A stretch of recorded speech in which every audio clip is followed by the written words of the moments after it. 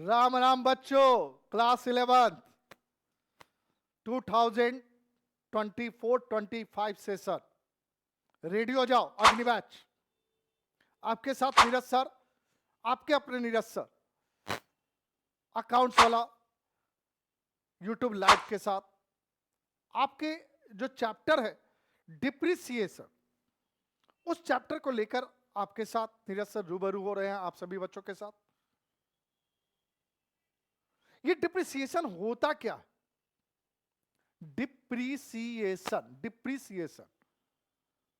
मतलब ये डिप्रिसिएशन जो टर्म है बेटा, वो एग्जैक्ट में किसी भी तरह के नॉन करेंट असेट्स जो होते हैं, नॉन करेंट असेट्स,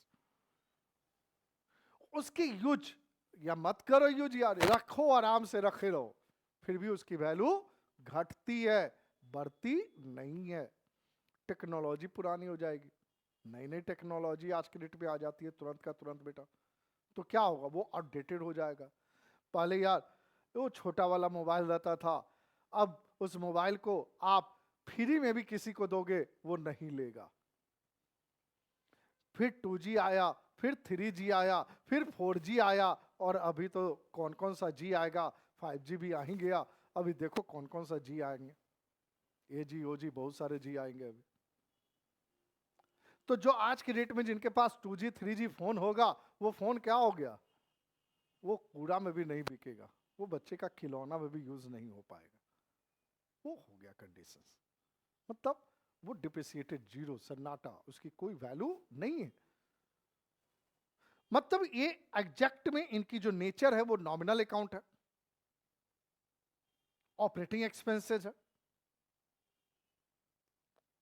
तो इसके सबसे पहले हम डिफिनेशंस की बात करें, what is the meaning of depreciation. तो depreciation is a fall in value of an assets.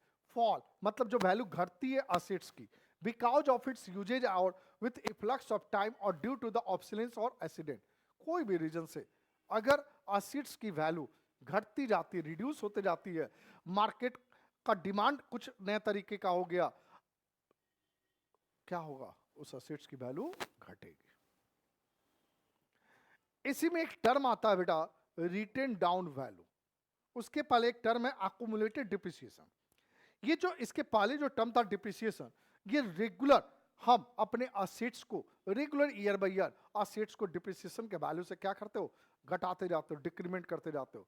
But accumulated depreciation just like आप प्रोविजन करके रखते हो अमाउंट ऑफ डिप्रिसिएशन का, not directly deducted from the assets. ये प्रोविजन बना के रख दियो, मतलब एक अनएक्सपेक्टेड लॉस के लिए आप एडजस्ट करके पैसा रख रहे हो भाई, कि भाई आफ्टर 10 साल के बाद उसकी वैल्यू जीरो हो जाएगी, तो हम फिर से कहां से पैसा लाएंगे, उसके लिए एक फंड बना के रख दिया, नाम दे दिया प्रोविजन फॉर डिप्रिसिएशन। क्या इसका definition, it is the total depreciation already charge as expenses in different accounting period and credited to provision for depreciation account, not to assets account. Assets account में ये क्रेडिटेड नहीं होगा, ये credited किस में होगा, प्रोविजन फॉर डिप्रिसिएशन अकाउंट में। But simple depreciation directly credited to assets account. Next, credited मतलब असेट्स की वैल्यू घटेगी। अगला स्लाइड है तुम्हारे पास, रिटन डाउन वैल्यू, मतलब वो वैल्यू जो वैल्यू असेट्स में डिप्रिसिएशन घटाने के बाद की जो वैल्यू होती है, उस वैल्यू को रिटन डाउन वैल्यू कहते हो, या उस वैल्यू को हम डिप्रिसिएटेड वैल्यू भी कहते हैं। Cost price of assets minus depreciation, it is known as depreciation, depreciated either written down value. ये कुछ टर्म था बेटा। अगला टर्म है स्क्रैप वैल्यू। स्क्रैप वैल्यू क्या होती है भाई, जो पुरानी असेट्स, जैसे जितने भी व्हीकल्स हैं, वो व्हीकल्स 10 साल 15 साल के बाद खत्म हो जाते हैं अकॉर्डिंग टू गवर्नमेंट रूल। जितने भी डीजल गाड़ी है 15 साल के बाद वो खत्म।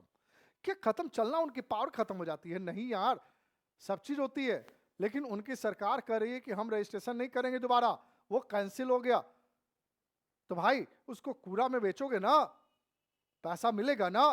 तो कोई भी जो amount after the expected life of assets, जो भी अमाउंट रियलाइज होती है, उस अमाउंट को हम नाम देते हैं बेटा कौन सा, scrap value, either salvage value, कुछ भी कर सकते हो, आइदर इसको हम रिसिडिबल वैल्यू भी कह सकते हैं।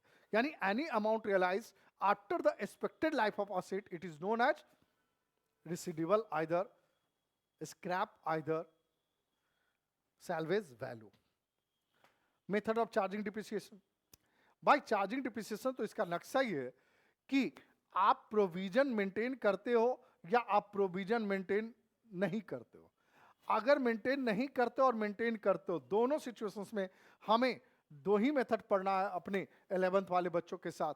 11th के जो उनके सिलेबस हैं, बेसिक्स हैं, वो यही दो मेथड के साथ हमें अडॉप्ट करना है, एक स्ट्रेट लाइन मेथड और एक रिड्यूसिंग बैलेंसिंग मेथड। दोनों मेथड होता क्या है इसकी जानकारी लेंगे, और दोनों मेथड के साथ एक टर्म आता है एसेट डिस्पोजल अकाउंट, मतलब डिस्पोजल मतलब डिस्पोज करना। एसेट डिस्पोजल अकाउंट की खासियत ये है कि ये अकाउंट एक ही डेट में बनती है और एक ही डेट पे क्लोज होती है, मतलब इसकी जन्म और मृत्यु एक ही डेट में होती है। क्या? डेट ऑफ परचेज नहीं, डेट ऑफ सेल। जब भी कोई असेट्स को आप बेचोगे तो असेट डिस्पोजल अकाउंट क्रिएट होगा। अन्यथा अगर किसी क्वेश्चंस में अगर कोई असेट्स नहीं बेच रहे हो और वहां कर असेट डिस्पोजल अकाउंट, वो गलत होगा, वहां खुल ही नहीं सकता है क्योंकि असेट डिस्पोज ही नहीं की गई वहां पे। क्लियर है? आइए अब हम बात करेंगे आपके कुछ जर्नल एंट्रियां पे। हम जर्नल एंट्री जो आपको हम समझाने जा रहे हैं बेटा, वो प्रोविजन मेंटेन और नॉट मेंटेन दोनों से समझाने जा रहे हैं। थोड़ा ध्यान देकर समझने की कोशिश करेंगे आप लोग। और एक बहुत ही आवश्यक की बात है सर, क्या जब भी आप कोई भी वीडियो देखो, आप आपके हाथ में टेबल पे बैठ, कुर्सी पर बैठ के टेबल पे आपके पास पेंसिल, कॉपी, रबर जो भी है, पेन, कॉपी, वो सारे चीज होनी चाहिए। उसको राइट डाउन करनी चाहिए पर के, समझ समझ के। वीडियो जब भी देखो शेयर करना मत भूलना और कमेंट करना मत भूलना। लाइक, शेयर, कमेंट, ये तीनों हर बच्चे से रिक्वेस्ट है, जो भी ये बच्चे जो भी ये वीडियो को देखेंगे। क्योंकि जब तक आप समझेंगे नहीं, शेयर भी नहीं कर पाओगे। शेयर करने का फायदा कहां होगा, किसको होगा? तो भाई आपके भी बहुत सारे कलीग होंगे आपके सर्किल में जो आप ही के बैचमेट होंगे, उनको भी जरूरत होगा।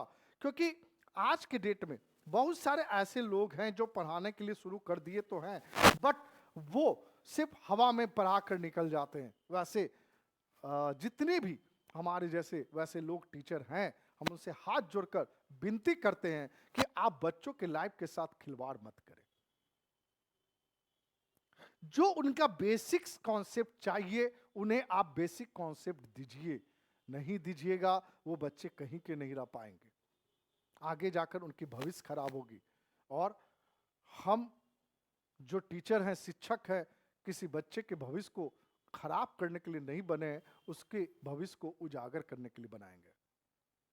तो इसलिए हमारे सभी शिक्षक मित्रों से निवेदन है कि भाई आप बेसिक्स को अच्छे से बच्चों के साथ मजबूत करें, जिससे बच्चा का आगे का लाइफ गड़बड़ाए नहीं। ऐसे ही बच्चे का लाइफ अभी की डेट में मोबाइल में इधर उधर छितराया हुआ है बच्चा, आप और उसको छितरा देंगे तो आफ्टर फ्यू इयर्स वो बच्चा खत्म हो जाएगा।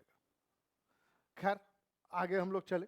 जनरलिटी, भाई बहुत जनरलिटी में बहुत ज्यादा नहीं है, बहुत रिलैक्स में समझना है बेटा। क्या सर? आपको जनरलिटी जब लेक्चर आप पढ़े होंगे तो आपको गुड्स परचेज और असेट्स परचेज दोनों का एंट्री बताया गया होगा बेटा। अगर आप गुड्स खरीदते हो कैश में तो आपको गुड्स को क्या नाम दिया गया? परचेज।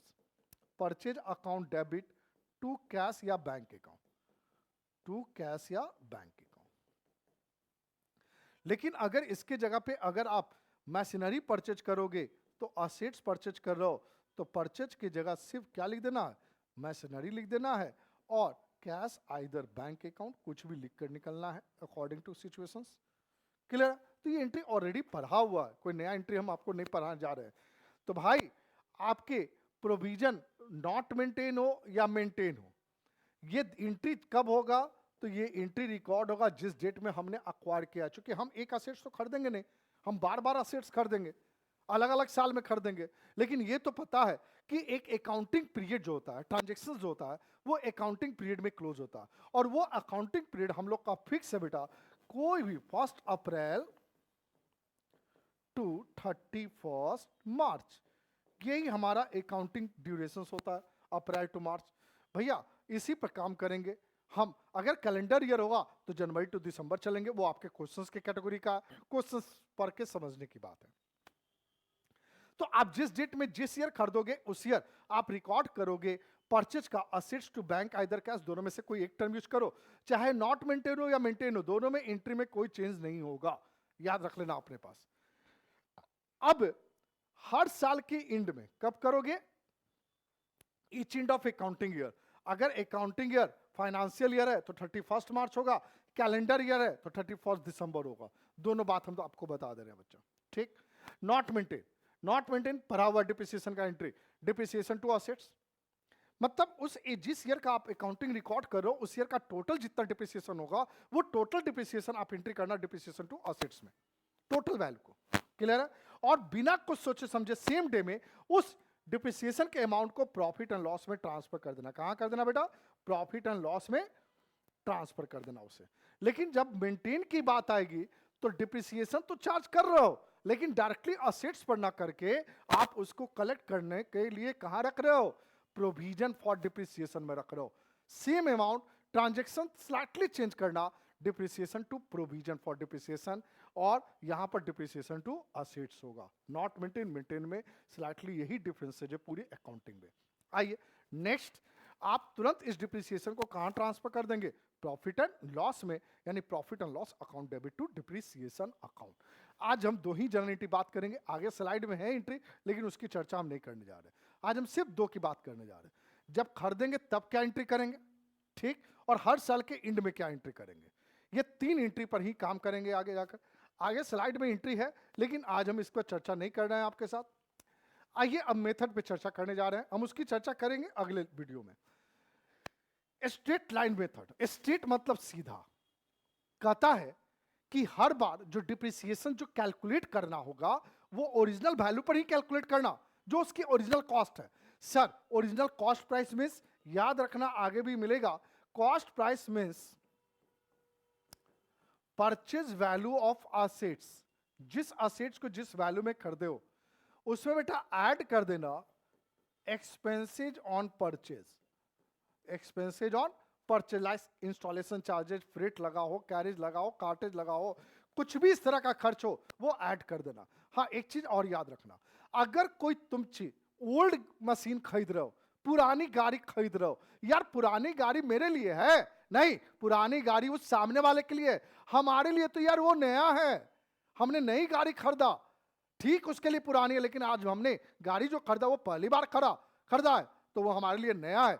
तो गाड़ी जब खरीदते समय आप कुछ भी उसमें रंग रोट कराओगे, पेंटिंग कराओगे, डेंटिंग कराओगे, कुछ भी कराओगे, वो खरीदने के समय किया गया है, इसलिए उस खर्च को भी हम ओरिजिनल वैल्यू में ऐड करके कॉस्ट प्राइस कैलकुलेट करेंगे। ये मेरी बात दम याद करके रखना। जब भी तुम पुरानी गाड़ी खरीदो उसमें अगर रिपेयर की बात हो रही है उस डेट में तो उस रिपेयर के अमाउंट को ऐड करके शो करना, अलग से शो नहीं करना हमारे बच्चों, क्लियर। तो स्ट्रेट लाइन मेथड कहता है कि under this method each year depreciation जो चार्ज करोगे कौन से वैल्यू पे? ओरिजिनल वैल्यू ऑफ असेट्स यानी कॉस्ट प्राइस ऑफ असेट्स पे। इस कारण से हर साल का डिप्रिसिएशन का वैल्यू क्या होगा? इक्वल होगा। और अंडर दिस मेथड कुछ समय बाद उस वैल्यू ऑफ असेट्स की वैल्यू क्या होगी? जीरो होगी। और इस मेथड को हम original cost method, cost price method या फिक्स्ड इंस्टॉलमेंट मेथड, हम कुछ भी इसको कह सकते हैं, कोई भी नामांकन दे सकते हैं, नाम अलग होगा बट कहानी वही होगी। जैसे एक व्यक्ति का एक से अधिक नाम होता है, व्यक्ति तो वही होता है यार, तो वही चीज यहां भी है, तुम्हारा एक से अधिक नाम है बट व्यक्ति विशेष वही है। अब इसमें जो मेथड ऑफ चार्जिंग डिप्रिसिएशन है अंडर एसएलएम में दो तरह से है। क्या है भाई? अगर रेट ऑफ डिप्रिसिएशन क्वेश्चन में नहीं दिया हुआ हो तो उसकी फार्मूला है कॉस्ट प्राइस ऑफ असेट्स में स्क्रैप वैल्यू घटाएंगे और डिवाइड करेंगे एक्सपेक्टेड लाइफ ऑफ असेट जितना ईयर वो यूज होगा। लेकिन अगर रेट ऑफ डिप्रिसिएशन दिया रहे तो सिंपल है, cost price of assets into rate of depreciation divide by 100। तो आज हम जो चर्चा करने जा रहे हैं विथ एग्जांपल, आज हम इसकी चर्चा करने जा रहे हैं, याद रखना हमारे बच्चों। आइए एग्जाम्पल ही आ गया अब आपके पास, जरा प्यार से एक छोटा सा एग्जाम्पल है। इस एग्जाम्पल में करना क्या है कि अंडर स्ट्रेट लाइन मेथड से आपको डिप्रिसिएशन का वैल्यू निकालना है, साथ ही साथ रेट ऑफ डिप्रिसिएशन भी निकालना है, दोनों निकालना है यार। समझो दिया हुआ है तीन तरह का यहां कहानी है, परचेज प्राइस मशीन है, इंस्टॉलेशन चार्ज है, एस्टिमेटेड स्क्रैप वैल्यू है, एस्टिमेटेड यूजफुल लाइफ है ईयर में। याद रखना सबसे पहले हम क्या निकालेंगे, cost price. Cost price equal to purchase price plus installation charge is equal to cost price. Cost price निकालने के लिए क्या करेंगे, purchase price plus installation charge equal to cost price, यानी पहली मशीनरी का कॉस्ट प्राइस मेरा क्या हो गया 2 लाख, सेकंड वाली मशीनरी का मेरा कॉस्ट प्राइस क्या होगा 2,05,000, 1,87,500 प्लस 17,500, 2,05,000 हो गया बेटा, और तीसरी मशीनरी का बेटा 1 लाख हो गया। ये कॉस्ट प्राइस कैलकुलेट हो गया। समझ गए बच्चों, दम ईमानदारी पूर्वक कॉपी पेन लेकर बैठ के समझने का है। ये मत समझना कि हम सर घर में बहुत दूर है सर, तो ये आप ही लोग के लिए बनाई गई है जो बाहर रहे, आप ही लोग के लिए इतना सेवा दे रहे हैं हम, आपका अकाउंट्स वाला पूरा टीम। लगे रहिएगा नीरज सर के साथ, लाइक शेयर कमेंट सब्सक्राइब करना नहीं भूलिएगा, ये आप हमारा फी है, ये जरूर देंगे आप। आइए जब हम कॉस्ट प्राइस निकाल लिए तो अब डिप्रिसिएशन निकालेंगे बेटा जी। आपके पास 3 मशीन, पहली मशीन का बाल M1 नाम दे दो। M1 का डिप्रिसिएशन कैसे निकालोगे, क्या करा, cost price of machine, cost price of machine कितना 2 लाख, एस्टिमेटेड वैल्यू कितना 10,000 और estimated life 5, 2 lakh minus 10,000 divide by 5, 1,90,000 divide by 5, तो आ जाएगा बेटा 1,90,000 डिवाइड बाई 5, तो 38,000 आपका डिप्रिसिएशन जो निकला वो पर ईयर का निकला। कब का निकला, पर ईयर का निकला। उसी तरह सेकंड मशीन को नाम दे दें हम M2। M2 का बेटा वैल्यू हो गया कॉस्ट प्राइस 2,05,000, स्क्रैप वैल्यू बेटा 5,000 10 years, scrap value 5,000, expected life 10 साल, मतलब 2 लाख डिवाइड बाई 10, तो आपका निकल गया बेटा 20,000। ठीक है, इसी तरह लास्ट मशीन का निकाल दो बेटा आप। 1 लाख आपका मशीन की कॉस्ट प्राइस है बच्चा, आपका 20,000 20 साल, 20,000 20 साल मतलब 80,000 20 साल बेटा, तो 1 साल का डिप्रिसिएशन का वैल्यू आ गया 4,000। ये समझ में आया कैसे डिप्रिसिएशन निकालोगे, कब, जब rate of depreciation is not given, cost price of assets minus scrap value divide by expected life. Cost price कैसे निकालोगे भाई, तो अगर परचेज प्राइस के साथ कोई भी इंस्टॉलेशन चार्जेस कैरेज वगैरह दिया तो ऐड कर देना बच्चा। क्लियर, आगे बढ़िए आप, आगे बढ़िए। अब रेट ऑफ डिप्रिसिएशन निकालना है हर क्वेश्चन में। फार्मूला क्या, amount of depreciation into 100 divide by cost price of assets, rate of depreciation निकल जाएगा। आइए M1 का निकालते हैं। M1 का बेटा अमाउंट ऑफ डिप्रिसिएशन कितना 38,000, cost price 2 lakh, 38,000 into 100 divide bye 2 lakh,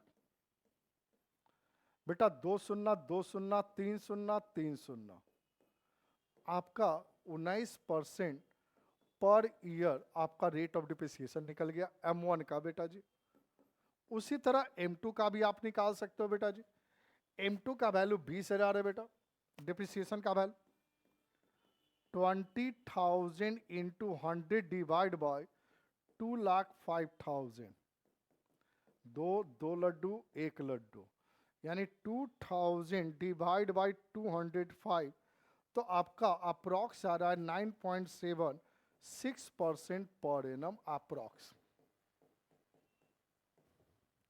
next बेटा M3, M3 का बेटा 4,000 है इंटू 100 डिवाइड बाय 1 लाख, 2 शून्य 3 शून्य, इनका निकल गया 4% पर एनम। शायद समझ में आ गया होगा, नहीं समझ में आया होगा फिर से एक बार वीडियो को रिपीट करेंगे, उसके बाद भी नहीं समझ में आ रहा होगा तो आप ऐसे नंबर तो चल रहा है स्क्रीन पर, नहीं तो आप डायरेक्टली इस पर आप हमें मैसेज कर सकते हो, आपको व्हाट्सएप पे जवाब मिल जाएगी आपके नीरज सर यानी हमारे द्वारा। उसमें सोचना नहीं है यार, पढ़ने के लिए सोचना नहीं है। नेक्स्ट एक और क्वेश्चन, आज की लास्ट क्वेश्चन है, ये थोड़ा बड़ा क्वेश्चन है, तो बड़ा क्वेश्चन है भाई तो पढ़ना भी पड़ेगा, बड़े तरीके से अच्छे से पढ़ना पड़ेगा। पढ़ो यार, कुछ नहीं है, पहले आराम से पढ़ो। 1 अप्रैल 2021 एक कंपनी है, परचेज किया पहला मशीन 53,000 का, इसका एक्सपेक्टेड लाइफ है 10 साल, और 10 साल के बाद इसका एस्टिमेटेड वैल्यू 3000। एक मशीन हो गया। दूसरी मशीन 1 जनवरी को खरीदो, दूसरी मशीन कब खरीदो बेटा? 1 जनवरी को खरीदे हो, एडिशनल मशीन 35,000 का, इसका एक्सपेक्टेड लाइफ 15 साल, स्क्रैप वैल्यू 5,000 है। फिर तीसरी मशीन खरीदे हो 1 अक्टूबर 2023 को, अनदर मशीन 12,000 का, जिसका स्क्रैप वैल्यू 2,000, एक्सपेक्टेड लाइफ 20 साल। 3 मशीन है, ठीक। आपको आज सिर्फ जनरल एंट्री हम बता रहे हैं इसका, दोनों मेथड से। आई पहले इसका वर्किंग करना सीखोगे आप। पहली मशीन हमने खरीदा, इस तरह से पहले वर्किंग करो समझने के लिए, आपको दम जरूरी है आपके लिए।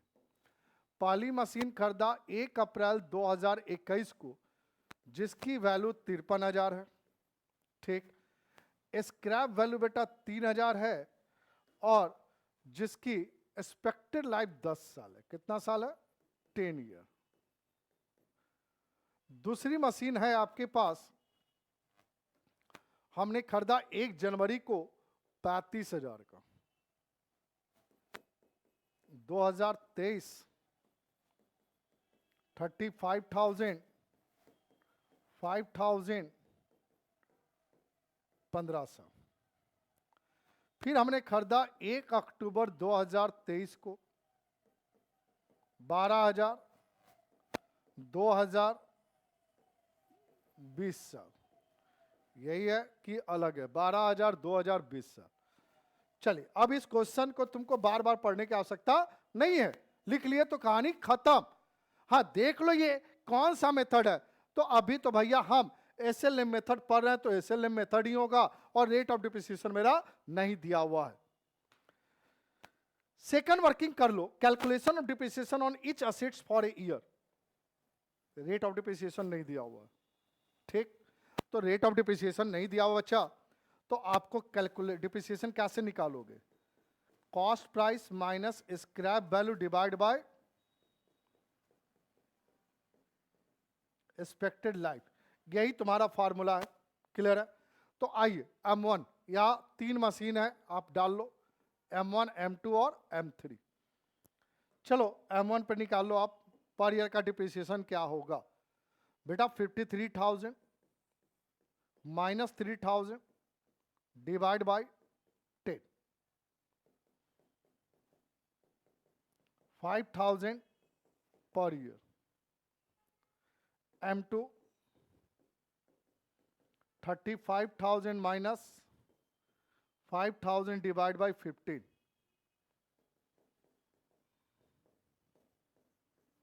2,000 per annum. M3 12,000 minus 2,000 divide by 20, 500 per annum. बहुत सिंपल तरीके का कैलकुलेशन है, सिंपल तरीके से समझाने की आपको कोशिश की जा रही है। आप 2 बार 3 बार रिपीट करके, आप राइट करके, लिख के भी समझने की बात करोगे, सिर्फ पढ़ोगे नहीं यार, लिखना जरूरी है। अगर लिखना नहीं रहता तो हम भी बोल देते, हम भी यहाँ प्रिंट आउट करके ले आते सारा चीज, आप बोलते चले जाते, उसमें फिर समझ में आपको नहीं आएगा। क्लियर है? आई एक कैलकुलेशंस और करना, बट उसके पहले यहां पर चर्चा करनी है कि ये 1 अप्रैल 2021, 1 जनवरी 2023, 1 अक्टूबर 2023 किस अकाउंटिंग ईयर में आएगा? 1 अप्रैल 2021 21-22 में आएगा कि 20-21 में आएगा? तो याद रखना, गाड़ी स्टार्ट होगा जब भी तो 1 अप्रैल से, और गाड़ी बंद होगा जब भी तो कब होगा? 31 मार्च। और एक बात और है जो रियलिटी है, रियल लाइफ की बात है। क्या सर? लोग जो आस पड़ोस के लोग होते हैं, जो अपने लोग होते हैं, जो भी लोग हैं अपने पराये, जो भी लोग, वो दो ही बार पूछते हैं कि वो कब जन्म लिया और कब मरा। जन्म लिया और कब मरा, कितना बजे जन्म लिया, कितना बजे मरा। लेकिन जन्म से मरण के बीच में वो एक भी दिन लोग नहीं पूछता है कि वो हर दिन तिल तिल मर के जी रहा है कि वो कैसे जी रहा है। एक भी दिन बीच में लोग नहीं पूछता है, चाहे वो अपना हो चाहे वो पराया हो। तो ठीक उसी तरह यहां पर आप टाइम जो देखोगे, जो डिप्रिसिएशन निकालने की बात करोगे ईयर बाय ईयर, चूंकि अकाउंटिंग ईयर 12 मंथ का है, हम पूरा एक अकाउंटिंग एक साल का नहीं लेंगे बेटा, एक अकाउंटिंग पीरियड का लेंगे। क्लियर है?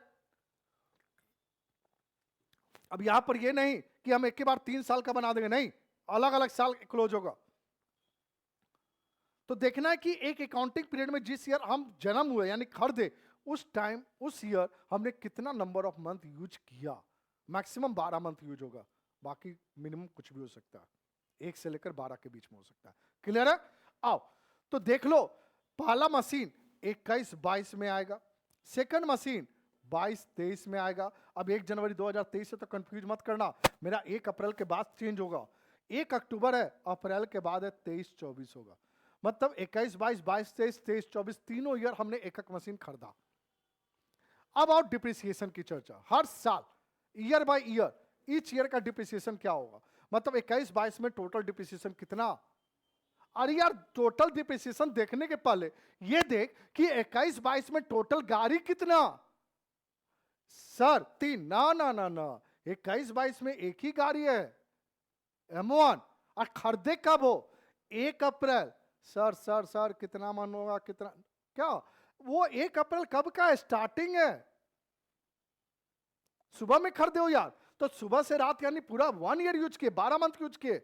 क्लियर है? तो M1 का 1 साल का डिप्रिसिएशन आप लिख के रखे हो कितना, 5000। बाकी तो कोई मशीन खरीदे नहीं हो यार तुम। तो आ जाओ यहां पे करेंगे, 21-22 में ले लेंगे बेटा हम लोग सिर्फ M1 1 ईयर हमने यूज किया, और 1 साल का इसका डिप्रिसिएशन है 5000, यानी टोटल 21-22 में मेरा डिप्रिसिएशन 5000 हो गया। क्या बेटा हम जो कल गाड़ी खरीदे थे आज बेच दिए? तो जब नहीं बेचे आज, तो आज पूरा दिन यूज करोगे ना? हाँ या ना? हाँ सर, पूरा दिन यूज होगा सर। तो 22-23 में हम कुछ नहीं बेच रहे हो, तो 22-23 में हमारा M1 एज यूजुअल होगा, और M1 का वैल्यू कितना हो गया, 5000। अब देखना ये लिस्ट में कि क्या 22-23 में कुछ और खरीदे हो। यस सर खरीदे हैं। 1 जनवरी को देखना है कि 1 जनवरी 2023 यानी 22-23 में खरीदो तो कितना महीना यूज किए। तो 1 जनवरी 2023 से 31 मार्च, जनवरी फरवरी मार्च 3 मंथ यूज किया। M2 का डिप्रिसिएशन साल भर का 2000, साल भर का 2000 है, हमको चाहिए 3 मंथ का बेटा। मतलब उस 2000 इंटू 3/12 तो आ गया आपके पास 500। अब हमारे पास कोई मशीन नहीं है बेटा, यानी 2022-23 में टोटल डिप्रिसिएशन 5500 होगा। कितना होगा? 5500। 23-24 लास्ट दोनों मशीन तुम्हारे पास जिंदा है, बेचे तो नहीं हो यार? तो नहीं बेचे हो तो बिना कुछ सोचे समझे लास्ट दोनों का यहां पर आप क्रियाक्रम लिख दो। M1 1 year 5000, M2 1 year 2000। नया मशीन 23-24 में 1 अक्टूबर को लॉन्च हुआ M3, तो 1 अक्टूबर से 31 मार्च कितना महीना? सर सर सर 6 महीना मैक्सिमम। यस मैक्सिमम का 6 महीना, तो 1 साल का 500 रुपया है। M3 6 मंथ बेटा, 1 साल का 500 है बेटा, तो 6 मंथ का कितना? 250। तो आ गया बेटा 7250, 7250। अब रेडीमेड कहानी खत्म। अब 3 को तो एंट्री करना है, खरीदेंगे तब, अब बाकी 2 को लास्ट में करना है। सिंपल सा करते चलना है बेटा। आइए कहानी जरा देख लीजिए। कहानी बेटा 21-22 से शुरू होगा। आप जरा ध्यान दीजिएगा यहां पर, तो आपका एक नॉट मेंटेन है और एक मेंटेन है, लेकिन खरीदते समय दोनों में एक ही एंट्री होगा। हम खरीदे कब है पाला मशीन M1, तो M1 खरीदे हो अप्रैल 1 को, लिख दो 2, सॉरी जनरल पढ़ रहे हैं हम लोग, तो लिख दो बेटा machinery account debit to bank account being machinery purchase, और ये हमने खरीदा 53,000 का, ठीक। प्रोविजन नॉट मेंटेन में भी यही एंट्री होगा बेटा, सिंपल सा खरीदते समय। मैशनरी अकाउंट डेबिट, दोनों को इसलिए लेके चल रहे हैं कि होता क्या है बच्चों को कि दोनों में डिफरेंसेस ही पता नहीं चल पाता है कि दोनों में डिफरेंसेस हुआ तो क्या हुआ और कहाँ हुआ, कॉन्सेप्ट में दिक्कत हो जाती है। अब कोई घटना नहीं घटा है तो भैया नहीं घटा तो ऐसा थोड़ी है कि नहीं घटेगा, मार्च लास्ट 31 को घटेगा ना।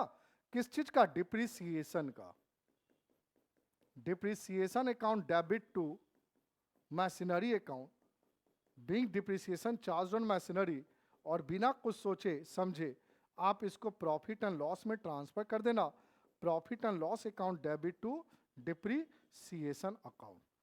फर्स्ट ईयर का डिप्रिसिएशन भाई 21-22 का डिप्रिसिएशन कैलकुलेट कितना किए वो 5,000 रेडीमेड हो गया, अलग से एट ए टाइम कुछ करना नहीं पड़ रहा है।